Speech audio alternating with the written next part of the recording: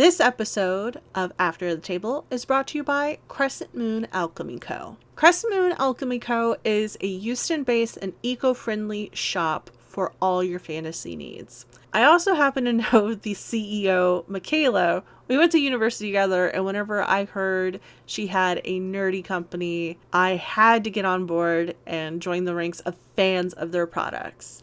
Whether you need dice potions to bring up your life total or pack things in their ultimate game night backpack, they have what you need to make your game nights go perfectly.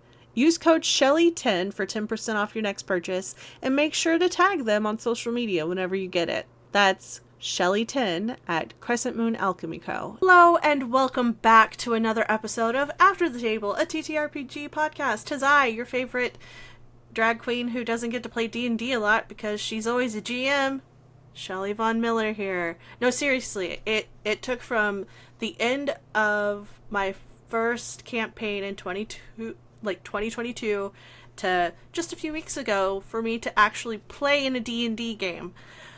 So that's fun, but that's not what we're here to talk about. This week on the podcast, we got some neighbors from the north. I know. If you're wondering, no, we're not talking about like Oklahoma. We're talking about Canadians. Canadians.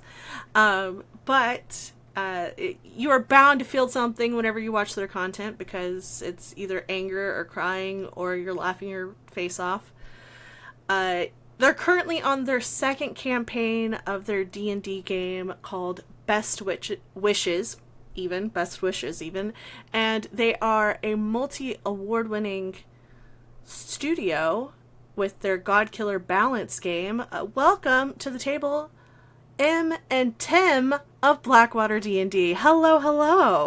Hello. Thank you for having us. We're so happy to be here. Yeah, it took a little bit, but I was like, we're gonna make this happen. I don't care. I will kill a god to make it happen. Honestly, people have done less for more, or more for less. You know, it's totally fine.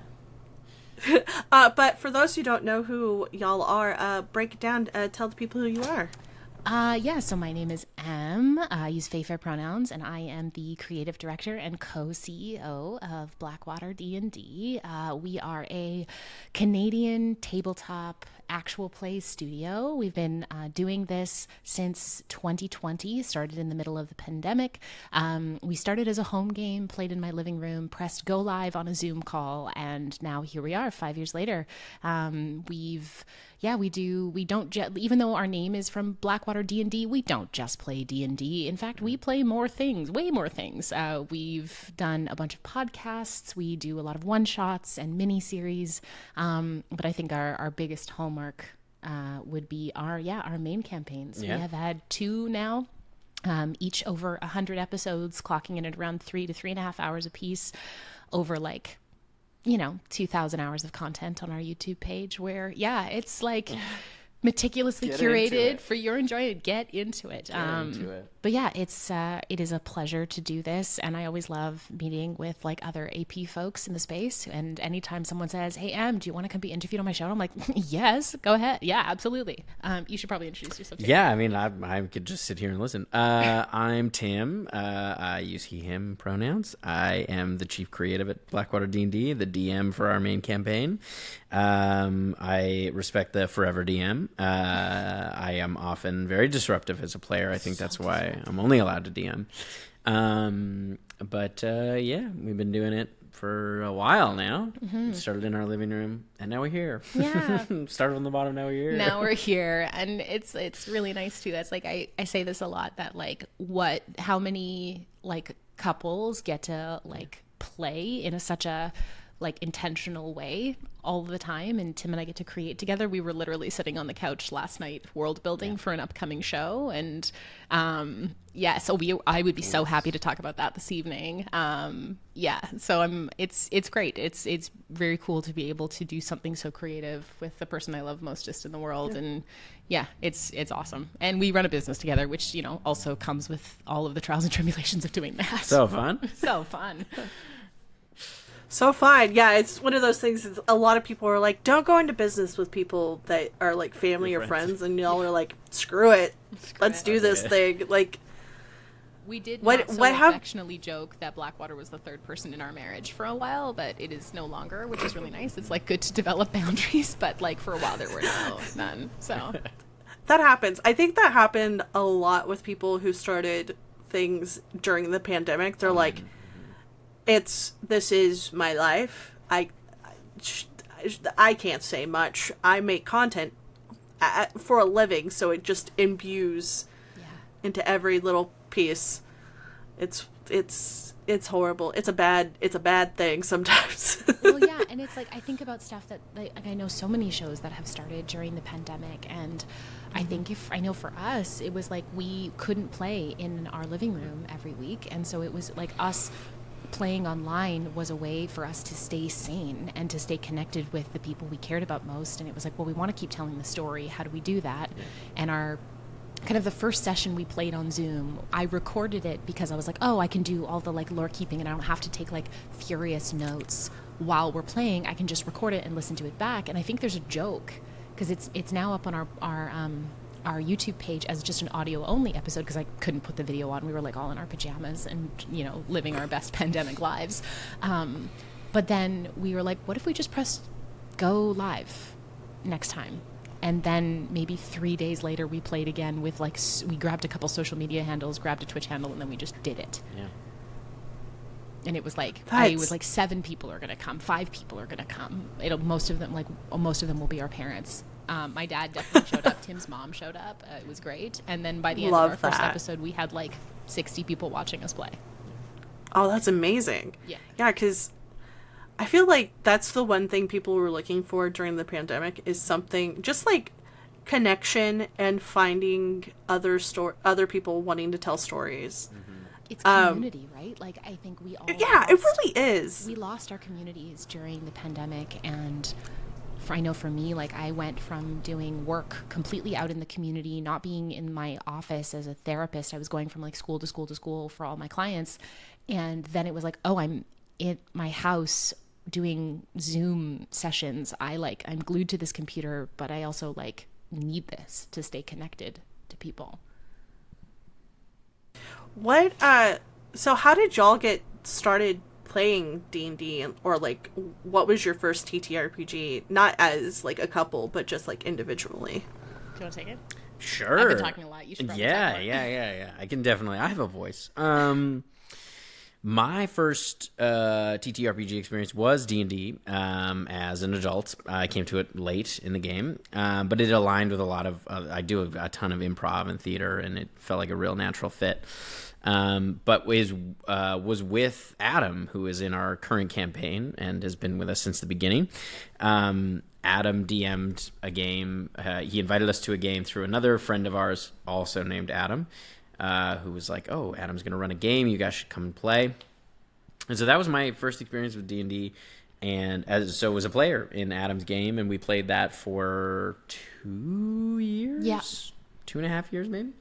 And it's like somewhere in the midst of that, Tim ran, and we used to call that Alpha Campaign just because it was like the first one, the first thing we did. And then Tim ran a one-shot on New Year's Eve 2017, 2018. And we had like a bunch of people over at our house. We ran a one shot, and it was 10 out of 10 would recommend. It's a great excuse to have a party, like a small party of just like on New Year's Eve, you get a few, like 6 people together, you play D&D and then bring in the New Year. It's a great time. And we like all cooked. I like cooked a chicken, and yeah, we cooked a big. It was like a dinner party. It was so nice. It was awesome. And then like we played this one shot, and then the group chat the next morning said, "When are we doing that again?" And that's what would be the original. And we called that beta campaign, the B. And then that that crew was like over a couple years before the pandemic hit became Blackwater. And a lot of those people were the original folks that we started streaming with. Yeah. That's how we tumbled our way into actual play. Wow. So y'all were pre-pandemic doing actual play. Well, we were just playing just a home game. Yeah. So no, we didn't just start a home game. We didn't start streaming it until the pandemic. Though we did joke about like I think it was with Alpha Campaign doing a podcast back in like 2019, but it just like we never had like the recording equipment or never were able to be consistent enough with it. But I think the impetus was always there of like, we're telling good stories. It would be cool to share these with people. And then the pandemic kind of gave us the opportunity to do that. And if you'd have asked me, like, a month or two into starting to stream, hey, where are you going to be in 5 years of this? I would have laughed at you and been like, I probably won't be doing this in 5 years' time. I'm going to go back to work and whatever. But I can't imagine not doing it. I freaking love this stuff so much. It's the greatest. So campaign 1, for the most part, except for like the finale, was online. How did that go from, because y'all went from playing games in person with each other to online? What was that barrier? And then the barrier of moving from not in your living room to a studio afterwards. Yeah, I think it was, there was definitely a learning curve when we moved online. There's just like certain realities of like, especially using any kind of digital medium where you have to be hyper aware of like crosstalk and just like technical sides of things that you don't really think about when you're just in a living room. So that was a bit of a learning curve for us, and certainly something we had to learn to get better at, and we actively kind of talked about and invested in like really good mics, really good cameras, because if it doesn't sound good or look good, like who's gonna stay and listen? And we got really good at theater of the mind. Like we decided to go that route as opposed to like the Roll20, because I tried Roll20 and it just didn't resonate with me. I preferred theater of the mind, and it also kept things paced up a little bit, which I feel like is a better experience if you're watching. To keep things kind of moving and keep a momentum to it.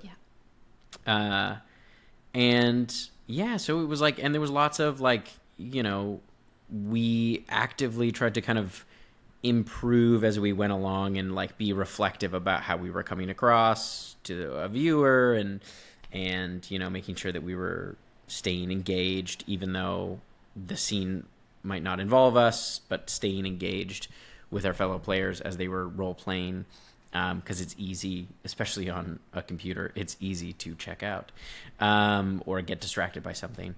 And then when we were able to do our finale in person, it was like it was so exciting. I think we were all so excited. We're like kids in a candy store in that episode. Like we partnered with a local film studio who also did a lot of like nerdy and some tabletop content. And we were like, hey, what do we need to make this happen? We would love to do 2 episodes in your studio. And they just like really went to the nines to help us out with that. And then when we got to the table and that campaign ended and we were like hugging each other off camera, crying about the end of the campaign, we were like, I can't go back to virtual. So it was like, how do we do that? And then through like business negotiations and just like figuring out what was going to be feasible for us with like financially and logistically, we ended up starting campaign 2 in studio, and we've never looked back. Yeah, I feel like there's definitely a shift between those online games and then like that finale, and you're like, oh, okay, this is it. You're probably all like, oh, it feels so much better to be back in person with each other and like being able to just be like, grab arm, react full on, and you're like, what are you doing? Holding Stop hands that. when we're all casting teleport or plane shift and like actually doing that around the table, or like, fucking with each other's dice, and like, or just being able like, there's a moment where I'm just like weeping profusely in the finale for campaign 1, and Adam just like reaches over and hands me a tissue, and it's like, it's the little things like that, I think, that really we were like, this is golden. Like we can't lose this. And I think as performers, we really shine in an in-person space.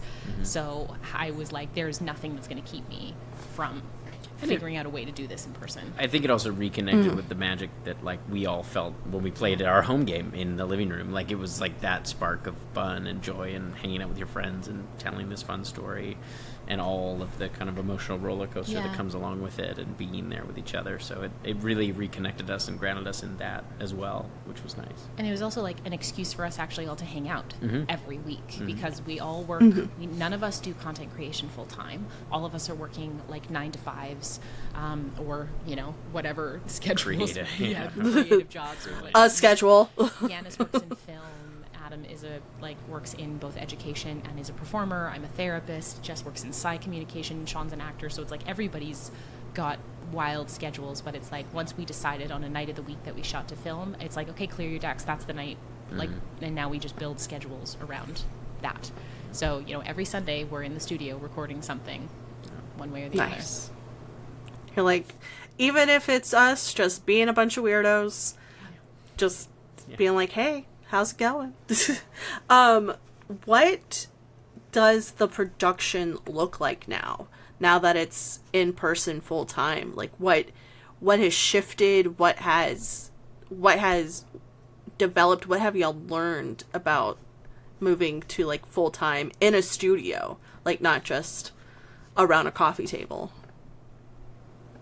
I think it's I think the difference comes in around like the difference between like a home game and an actual play, that there is an element of performance that we're all sort of keenly aware of and attuned to. And we've been doing it long enough where it like that just feels kind of like the default now. I don't know about you, but certainly for me.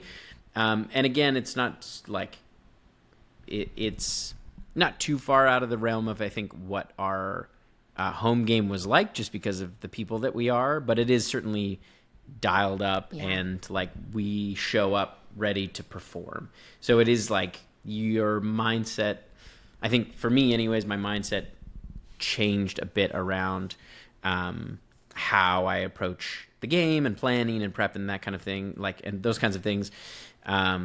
And being aware that like it's also a story that other people are going to be consuming outside of, you know, just the six of us or whatever. So it's got to be clear. It's got to be entertaining to watch. It's got to be easy to follow. Yeah. It's got to be snappy. It's got to be poignant. Like, it's got to be satisfying. You got to make sure that scenes are, you know, hitting the right, like hitting interesting beats and not going on too long and not dragging and things like that. So there's like a layer of performance that you have to think about, I think, when you're doing an actual play, or the kind of actual play that we do. There's lots of different kinds of actual plays, so I'm sure this is not on everyone's radar. But the kind of stuff that we do, I think it's something that we're attuned to. And certainly Sean and I, because we have a strong performance background, that is a little more baked in. And like it's been cool to see everyone kind of embrace that as a group, and we've all been on the same page about like, okay, like we take time to kind of reflect and be like, okay, where can we improve? What can we tweak or shift a little bit to make it even better? And we've like built in, you know, exercises and things we do to like bring ourselves at the table. We ground before every session.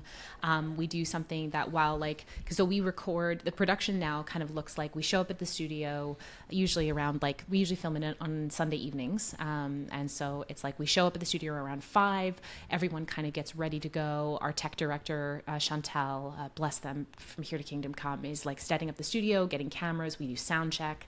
Our production designer, Eric, is getting all of the like whatever terrain and minis and all of that kind of stuff, setting up in cahoots with Tim about what they're going to throw at us that week. And then the rest of us are like setting up our like play sets and like dice and et cetera, et cetera. And then usually what we'll do is we'll do sound check, and then we record right into OBS to save us doing editing later. There is some stuff that we edit in post if we need to, but just for expediency's sake and because of the fact we don't have an editor on time full time, hello, if there's anyone doing editing, it's me, so that it's like we record right into OBS. So Chantel, once that kind of pre-roll is going, we'll ground. We do something we call a pre-mortem, where we don't just wait for Tim to kind of run us through this is what happened last session, is we'll talk each other through what happened last session and any like major story beats that were like, yes, we really want to touch on that this session. I want to have this conversation. Or if there's anything that like really important information that we have to hit, and then we go right into the recording. I'll do some quick announcements and then we'll hop right into the game. Yeah. That's amazing. What does the safety protocol look like? Yeah. Has it changed since going in person? Have y'all tried to keep the same kind of safety tools and everything like that across the board?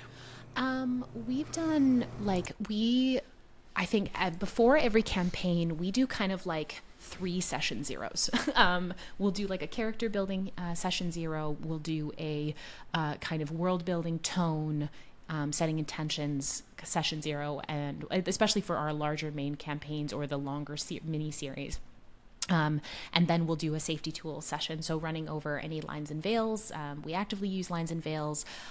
We use X cards. Oftentimes we joke about X cards at the table, but we do use X cards as needed. But we've been playing together all for so long that it's usually very clear about what is okay at our table and what is not. We're all really comfortable going to darker tonal places and exploring stuff that can be really challenging. And then there's just stuff that just like doesn't exist in our world, and like stuff like that would not be, topics of any form of stuff that we want to include in any form of our actual play. And so those are just like broader topics that we avoid. Our table is, majoritively neurodivergent, majoritively queer, and there is just some stuff that we're like, this doesn't exist in our universe, and it's our choice, it's our world, and we just don't have to have a lot of those kind of content. The stuff that would a lot of be those like safety tools content stuff, we just don't have to have that in there. But I don't think it's really changed too much since what it looked like in our living room. We're just more intentional about like having these meetings ahead of time and being really open and genuine and of like what's going on or where we're at. One thing that I know Sean instituted and we did for a little bit was talking about like how comfortable are you with like levels of emotional intimacy. And like 2025 has been a year, and it's like talking about like, hey, I'm not super feeling in a place of emotional intimacy today. So maybe if you've got something juicy to talk about with my character, can we save it for next session? And like just being really open about that kind of stuff, because we want the game to flow really well. We want everyone to feel safe to jump in and say yes. So it's okay to set boundaries. We usually do that stuff off camera before sessions, and we'll do like during the breaks we'll do thumbs up, thumbs down, thumbs sideways, like how are we doing personally, how are we doing with the story, constant check-ins to make sure everybody's okay. That's amazing. Yeah, those I feel like especially with darker tones or just longer campaigns, you need those you need those check-ins ever so often. You're like, hey, I'm not feeling it right now. Let's move away from this real quick. Well, and our main campaign does have so many wonderful moments of levity that it can be really easy to allow us to just like sit in a place of levity if we need to and want to. And I think for stuff like, with Godkiller, it was like, okay, when we went into this, it was when I was, creating that campaign, it was like, okay, I want this to be tonally much, much darker. So we're going to need to have big safety discussions right off the top about that and what it's like to exist in that space. And that was, again, like 3 or 4 like pre-session discussions. So there's always work done behind the scenes. We don't often record that stuff because we want everyone to be able to like have open and frank conversations that don't need to be broadcast with the world. So we try and keep that for just the players and cast all together. Mm-hmm. So there's I've talked to a couple of people in the AP space, and they're like, I really want to set up my own studio and things like that. What is some advice you would give to those people who would want to do something like this, to move from like either an online game or like a small home game where they're, recording with their phones or something like that to a studio space? I think my advice, I guess, is something that Jess brings up a lot, and I talked to Jess about it, and I'm sure you've heard her talk about it as well, is that you can do it at any scale. It's knowing what you have to work with, whatever your budget is or whatever equipment you have, and then getting creative and working within that to make it the best it can be at that level. Whether if it's a small budget, getting really creative with how you light it. So it can look really good, it can sound really good on a budget. It's just a matter of knowing what your limitations are and working within those to make it the best it can be within those. Because the reality is, like, you can set up a studio in someone's, if they have a 2-bedroom and they're only using one, you can do it in a bedroom. You can do it in a living room. Like, You can do it in a garage. In a garage, you can do it in an office space. You can do it anywhere. You like generally, D&D doesn't take up a ton of space. Now that being said, it's nice to have a little more space, or it can be like depending on what you have, and you know, when you get into a situation where you're looking at using filming in a studio, or if you're filming going from online to in person, there's other considerations around, like, you know, not only do you have to have a mic set up and camera set up, but then you also have to have a computer that can run the whole thing and record all that. You get into like data management of like storage of like these files are big. You get into like terrain and miniatures if you're going to go that route, or if like, so there's lots of other things that start to pile up really quickly. So it's really, I think, about like really being honest and with yourself and clear with what you have to work with, what your budget is, and then deciding what the timeline is going to be. Because like it can be easy to jump into it, but then if you don't have the infrastructure set up in a proper way, you're sort of setting yourself up for failure. So I think like if you're able to give yourself that runway to make sure that you do it right the first time, then it can be a lot easier, more satisfying, because there's always going to be things that you don't think of. Yeah. But then also like reach out to other creators that you know that have spaces and ask for their advice. And like I work under the philosophy, and this is just my own personal philosophy, that it doesn't hurt to ask. Yeah. The answer might be no, but in my experience, no one is ever offended that you asked. It's like the answer just you might not get an answer, you might be a no, but no one's like, how dare you? How dare you ask me? And if they do, I think that says more about them than about you. So like reach out and ask and see. Some people post about what their setup is like, but people have been generous with us around sharing how their setups have gone and what's gone into that. I know you've spoken to Rick Perry about. Oh my God. Rick and I had a delightful conversation about the dimensions of the Dimension 20 tables, and like, because we've been, you know, in the process of getting a new table built, and like, and I was like, how do you do this setup? I was speaking, Adam and I were speaking to him after a Dimension 20 live show, and he was like, I'm not going to spoil the secrets because that's a Rick Perry secret, but he's like, this is what we do, and this is how it looks, and this is how we film it. And I'm like, it's been so nice to be able to talk to these wonderful creatives about, and like, people are usually so generous to share their information and stuff. We should do like a studio behind, like, especially we're moving studios really soon. And so speaking of asking other people, we've partnered with 4 or 5 other local TTRPG creators here in Vancouver of all different types and levels, and we're forming a collective. So it's going to be called the Cascadia Tabletop Collective.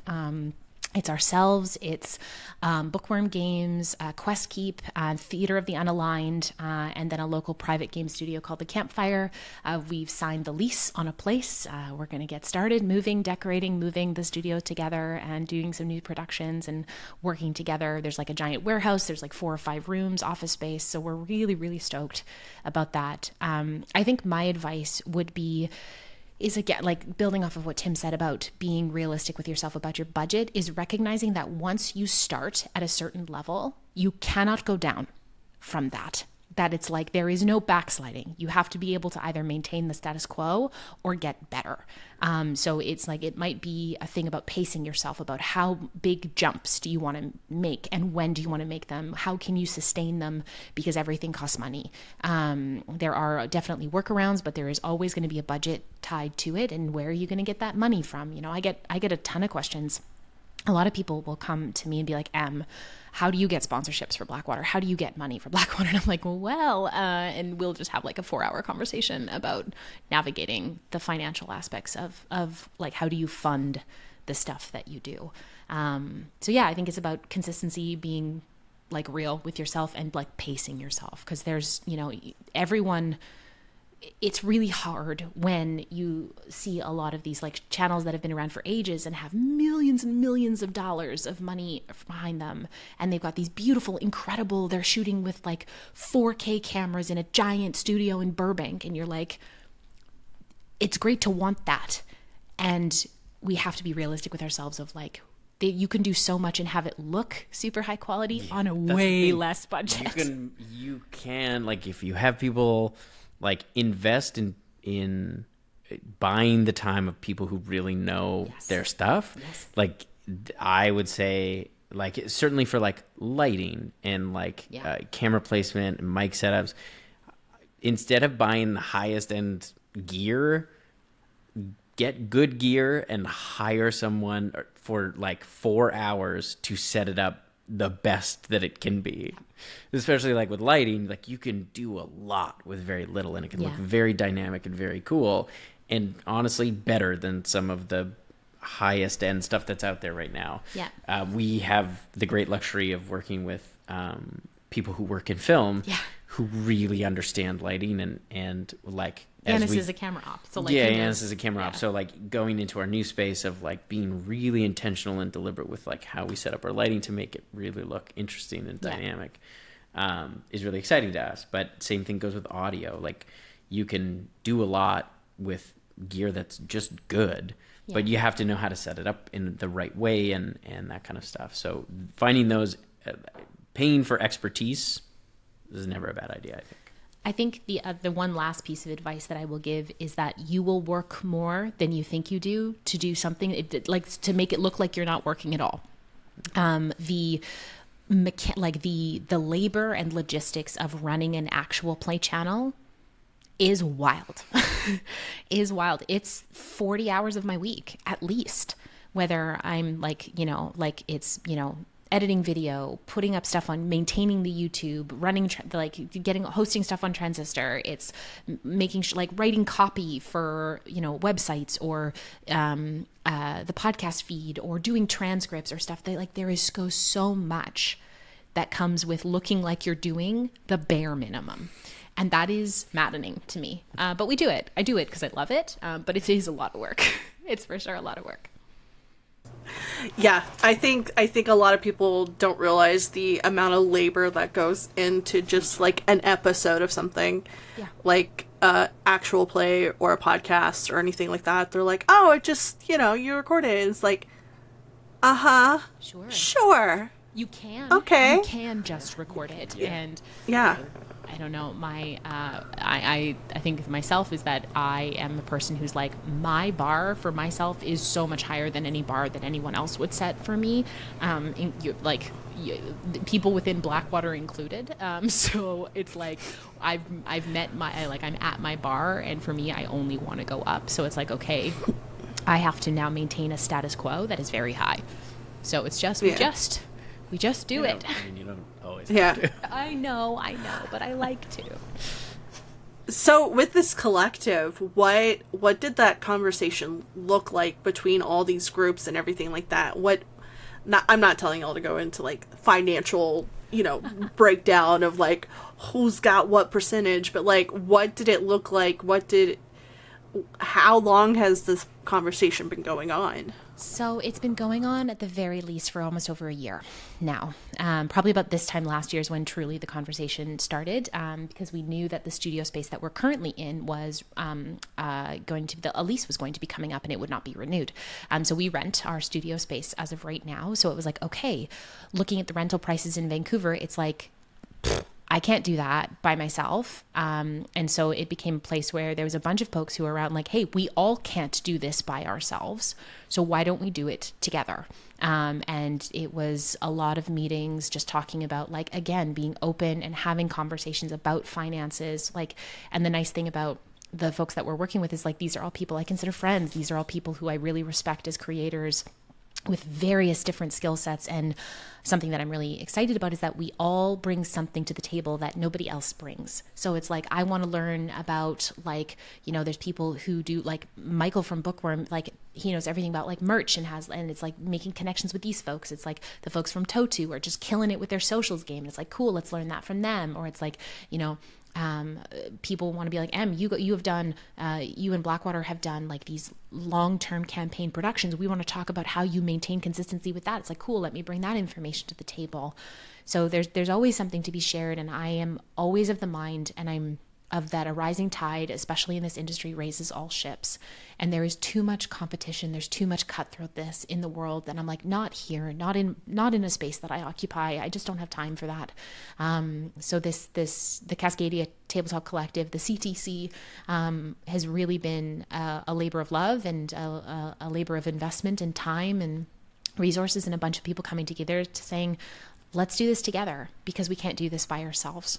And so I'm very excited. We should be moving in within the next month, and wanting to make sure that we get, because for us at Blackwater, consistency is key. We have sponsored content we've got to keep out. We want to have something dropping every Monday night for our viewers and our audience. And so it's about make sure that we can maintain all of that stuff and make it look real good and sound real good as well, and tell good stories together in a space that feels safe and awesome. That's amazing. What's on the horizon? What can you give us for the CTC? Oh my gosh. Well, I can't share too much about the other groups, but I will share stuff about us. I know that, for Vancouver locals, we're hoping to turn the CTC into a hub for tabletop creation, that if there are any groups that are around in BC, Victoria, Lower Mainland, wherever, if you want to come in and a place that you could record in, we're like offering opportunity for folks to come rent from us, rent the table, rent the space. If you want a tech to run your stuff, if you want someone to teach you about running actual play, we can do that. Like we want to really foster community with the space. We're really looking forward. There's some really incredible productions that I cannot talk about coming in the new year from other folks in the group. I know Totu's got some big things in the works. Jed from the Campfire is going to be setting up his private gaming space. So he works with, locals who want to play really good, really high quality D&D. And so he's got an entire private gaming studio to host private events. And then there'll be the full actual play space upstairs. So it's going to be really, really nice. And I'm so excited for it to get off the ground, because it's been many hours of chatting about. Yeah. You're like, it's finally coming to fruition. Yes. Yeah. But that's exciting though. In the Blackwater machine motors on, we had kind of thought about okay, well, what happens if we can't find, if had the CTC never come to light? It's what are our options then? What does that look like? And, we would again have gotten creative. And it was there was discussion about putting it in Adam's living room for a little bit. Yeah, we had plan C, D, and E. Yeah, so, but I'm glad that plan A came together. And the nice thing about us is that, we do multifaceted content. So there's podcast content, which is so easy to record anywhere. And then our in-person content, which of course requires a lot more lift. But if had the CTC not come together, we probably would have shifted to an audio only medium for a little while. We have a bunch of shows that are coming out over the next little bit that are podcast only. So we would have really thrown our whole selves into that for a bit until we found something that was sustainable. But I'm excited that we did that in the first crack. So speaking of all the different content that y'all make, all the different campaigns and games that y'all play, y'all are triple digits into your second campaign. Yes. And your first campaign was around the same amount. What is there an end in sight? What are we wrapping up soon, or are we going for 200, 250 for campaign 2? Well, I will say, so we played of campaign 1, which is our Blackwater Origins campaign. There was 72 sessions played off camera.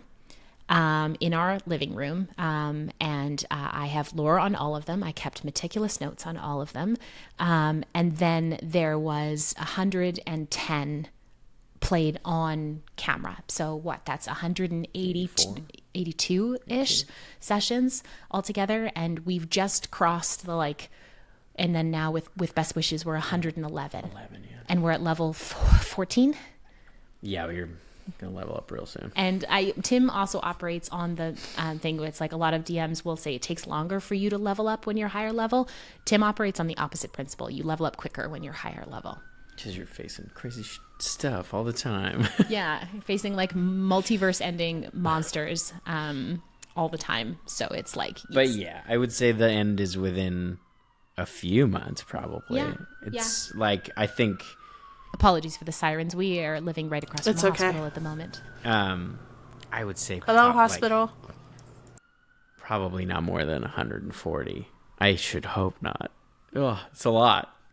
Who knows, though? We do like to faff sometimes. It's true. Yeah, if you all would just stop being so afraid. Listen, and I mean, it's also, too, it's like timeline-wise, we don't really know how long that will take because we also, like I know, as of November, we've got one more episode of Best Wishes for the rest of the year, and then we move into sponsored content. That will take us basically from the beginning of November all the way through to the week before Christmas, and then we won't pick up with Best Wishes in the new year.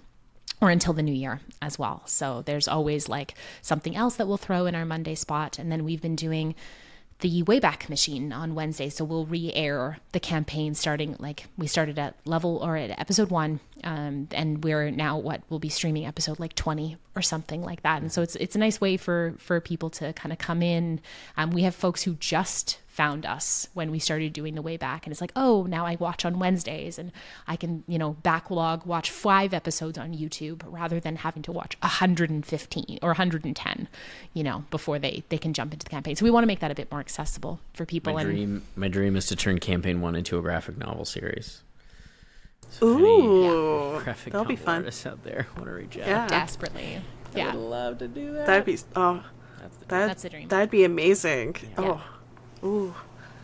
Yeah. Now I'm imagining it on my bookshelf right now. That'd be great. I mean, that sounds wonderful. Just like 10 volumes. It sounds great. Sounds great to me.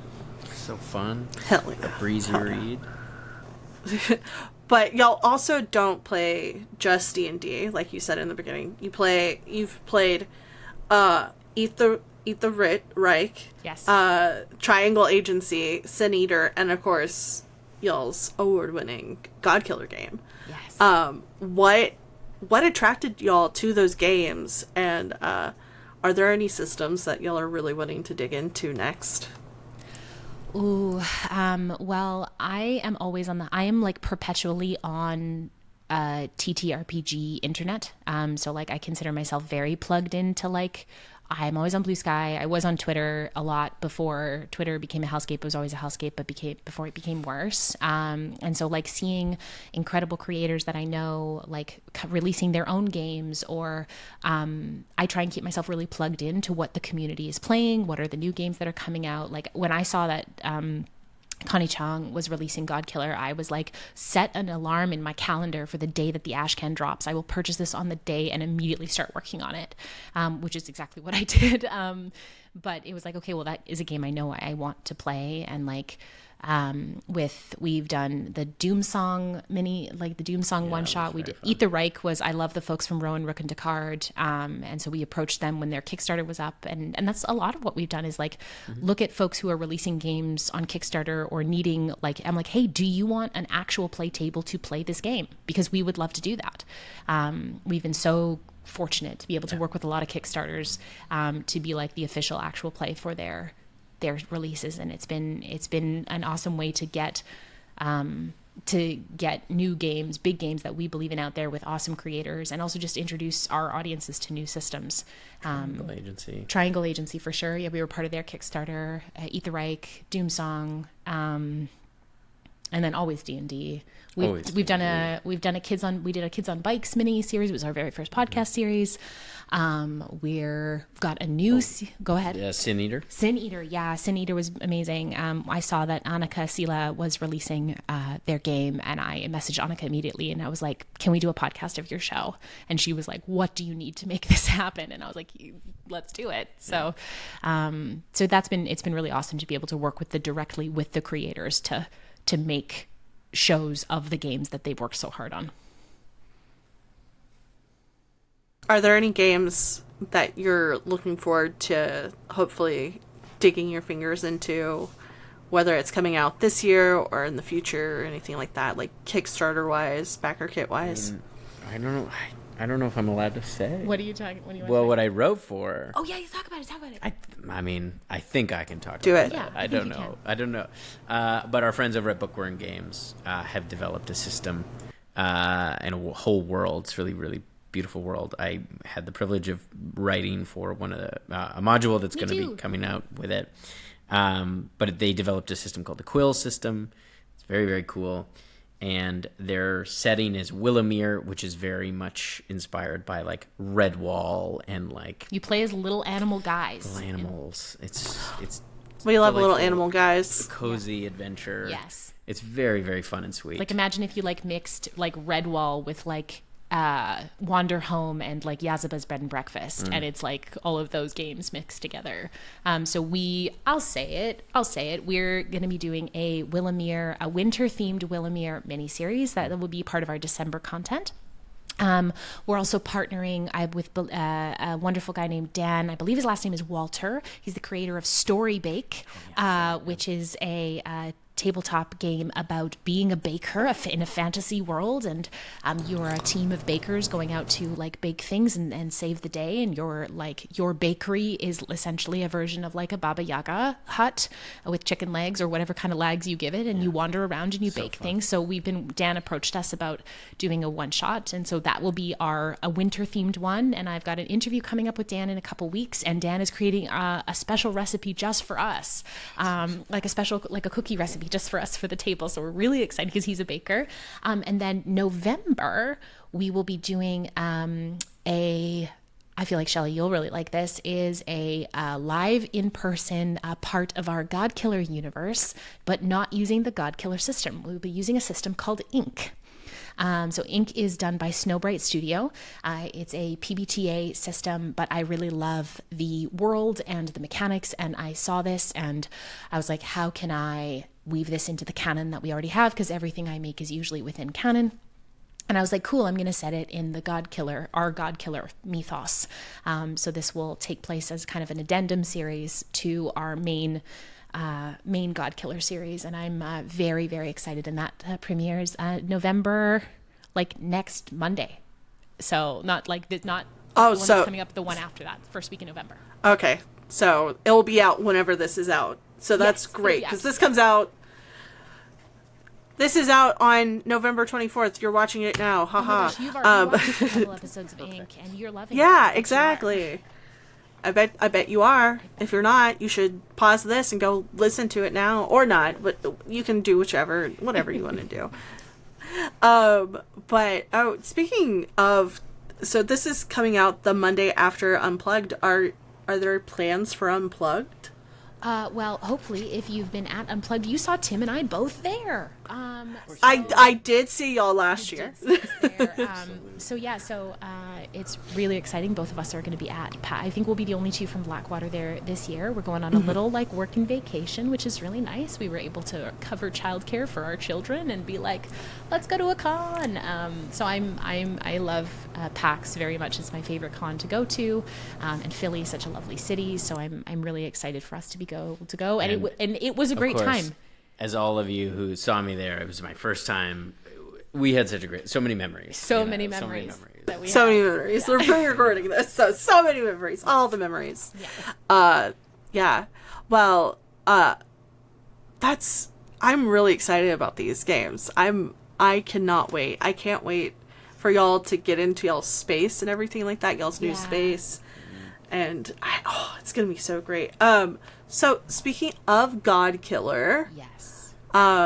So God Killer Ballads was a very first season, very successful, award-winning, award-nominated, in several different countries at several different webfests across the globe.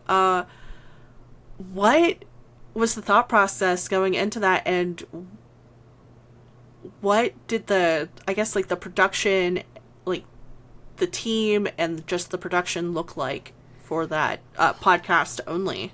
Yeah, so Oblivion, which was our first season of God Killer, was the first podcast I'd ever made.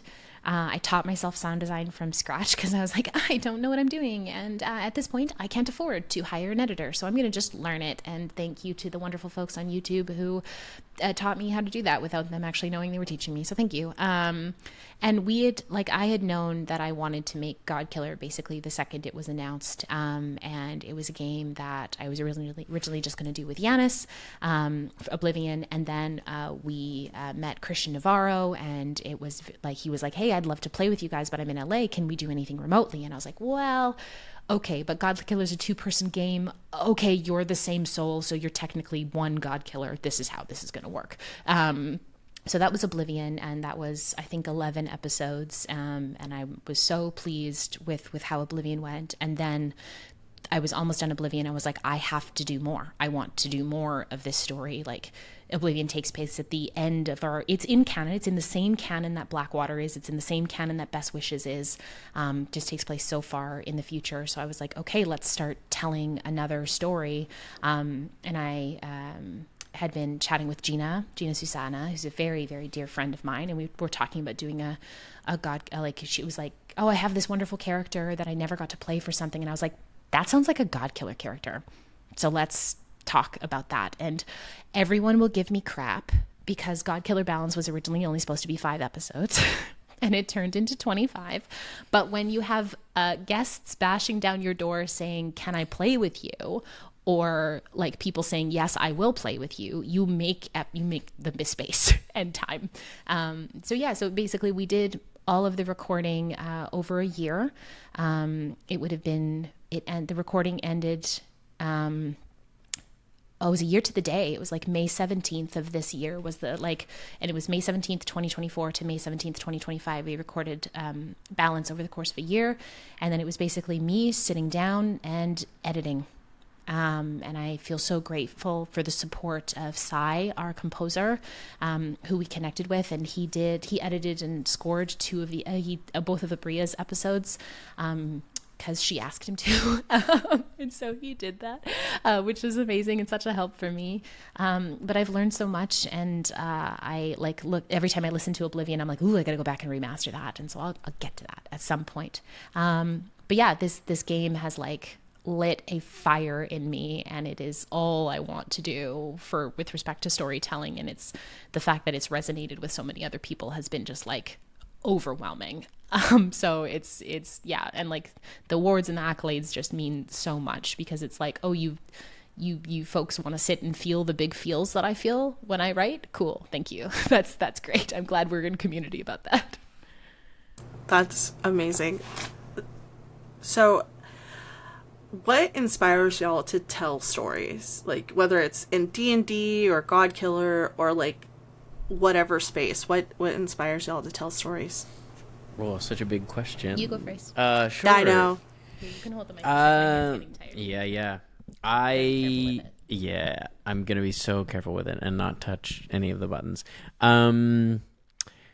Storytelling for me is so core to who I am and my whole artistic career. I think it's one of the most kind of human things that we do. I think it's up there with music and dance. It's how we teach each other. It's how we connect. It's through story. And I think it's such a human experience. And certainly coming to D&D later in life, and as we've gone on this kind of journey of actual play, I found that it's a really wonderful medium for everyone to be able to access that kind of storytelling. Mm-hmm. I think that in the right settings and with the right people, I think not just D&D, but any TTRPG, I think TTRPGs are great for everyone. It's just really about who you play with.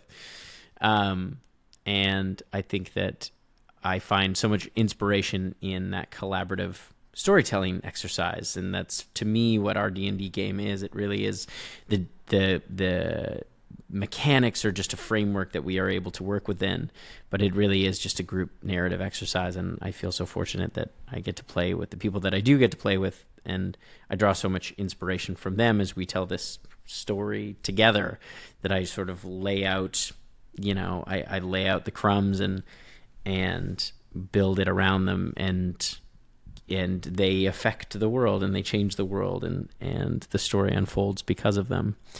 So yeah, I find the whole exercise very inspiring. I approach.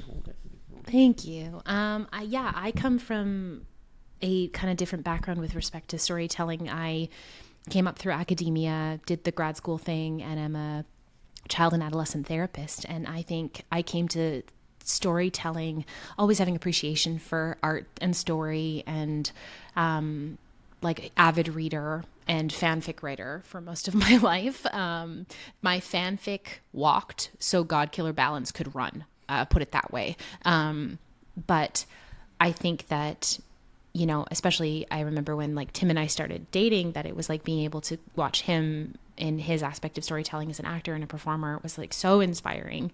And I became also fascinated with the ways we as human beings tell the stories of our lives. And that kind of is what therapy is based on.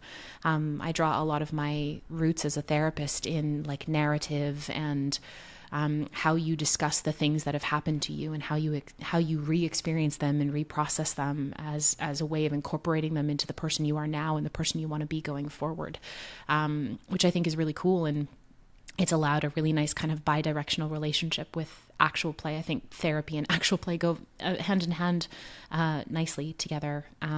So I DM'd my first game online, and so it's like there's been a bit of a trial by fire for me with coming to tabletop and DMing, but like I've always been someone who's relished the stories of the characters and the worlds that they live in, and I have truly learned from the best. So I feel very lucky to play at the table that we have. It's awesome. Our table's so great, and we all know each other so well and are able to pick up and throw the ball and catch the ball in just ways that tend to make the story sing. So I feel very fortunate for that. Who inspires you to tell stories? Instead of what inspires you, like who inspires you as well? My kids. Our kids are so like imaginative and like are just as avid into storytelling and the worlds of story as we are, and it's really, really cool to watch them. Like our daughter is like, I can't keep a book in her hands long enough. Like she will voraciously devour a chapter book in like an afternoon, and I'm like, okay kid, you're 7, all right, here we go. But yeah, no, I love telling stories because I love watching them like learn that they can do it too. Like it's really cool. Like I was sitting on the bed with my son this evening before he went to bed, and I was like, do you want to read? And he was like, no. And I was like, can you tell me a story? And he was like, yeah. And then he just like launched into this story, and I was like about him and his day, and I was like, this is the coolest thing ever, is watching my kids be able to tell stories and love it as much as we do. So yeah, I think I do it for them, and one day I'm sure they'll watch this stuff maybe, or they'll be like, nah, our parents are lame. So same answer. Great, as a perfect answer. Thank you. Thanks. It's true. It's yeah. That's amazing. Yeah, I love the fact that not just like they're reading and taking it all in, but they're also just wanting to create their own stories along the way. That's so cool. So outside of that, so you kind of mentioned it earlier, you've had talks with people who are like, can I pick your brain on how to make this happen, how to like get sponsors and, you know, make money and everything like that? How, I guess, what was the conversations behind the scenes of like wanting to start the Patreon and taking on sponsorships and things like that? I think a lot of it too, it was kind of twofold. You know, I think it comes to the point where it's like, okay, I'm really good, and we at Blackwater are all really good at rubbing 2 pennies together and making magic out of that. And it also comes to the time where it's like, if we want to keep accelerating, keep making more content, keep making more shows, up our level of production quality, that all costs money. And that money has to come from somewhere. And, you know, it's like, while I would love to just be like, yeah, I'm going to throw the money that I make in my life, I'm like, cool, I also have like a whole life and things that I have to pay for and like this kind of stuff is expensive. And, you know, it's like there is, I think all of us invested a little bit up front. But it's also like the thing itself needs to be sustainable beyond as an entity. So I remember like we incorporated as a business about 18 months ago. So business bank accounts, all of that kind of stuff, C-suited and all of that. And so I think a lot of it too was like, we need funding. We need funding to do more and to be better and to pay our rent for our studio space, to pay our techs, to, we're not necessarily at the point where like everyone gets paid for everything they do, but that's the goal one day. And if you can set the infrastructure and the plans for that, and you keep working towards that those dividends will come through. And I think a lot of it is for me, it's been getting really good with a cold email of like, hey, or like I'm going to slide into someone's DMs or be like, oh my gosh, I saw this thing. Can we speak about this? Or I would love to have an hour of your time to talk about this, or not being afraid to walk up to someone who I know of in the space or have not met yet and be like, hi, I'm from BlackWaterDnD. This is who I am. This is my thing. And I talk a lot about like being able to pitch yourself in like a minute. You'd like have to be ready to like talk about your stuff and be so proud of your work. And so I think a lot of the infrastructure behind getting all of this stuff set up was so that if we are able to step into a place where we're, able to bring in more money, then that infrastructure and groundwork is already laid, so that it's not like I'm having to scramble to build it from scratch. It's like, okay, if it comes, then we keep going. And then it's also about building a lot of partnerships and good relationships with people. And I've tried really hard to have Blackwater build some really, really great relationships with not just individual creators, but brands, businesses, so that we become a group that everybody wants to work with. And I'll speak to the Patreon thing just a little bit too. I think one of the things we certainly had a lot of conversations around with Patreon before we eventually decided to launch was making sure that we had the capacity to offer something that was worth being a patron of, like not just beyond our main campaign, but to make sure that there was consistently something that we could offer people who wanted to spend extra on us, and make sure that we held up our end of the contract. You know what I mean? And it's been, I think it's been something that has been really, really fun, and we were able to work in a very seamless way with Chatwater. Oh, I'd love to bring back Chatwater. Chatwater's great. Oh, it's so fun. Where it's just a debrief after the show, and we really get to live in that kind of raw experience of the session we've just had, and kind of give some more insight into characters and into us as players, and it's nice too. We have a free tier where people they get one of those a month, which is awesome. So that like again, that you're not excluded from too much. And we usually pick like the juiciest episode of the month to drop for Chatwater. So we're not like we try not to like hide too much of the stuff behind a paywall. Yeah. But there's like stuff for like the lore girlies out there in the world. Like if you're ready to mainline a bunch of Blackwater lore, we can help you with that. Trust me too.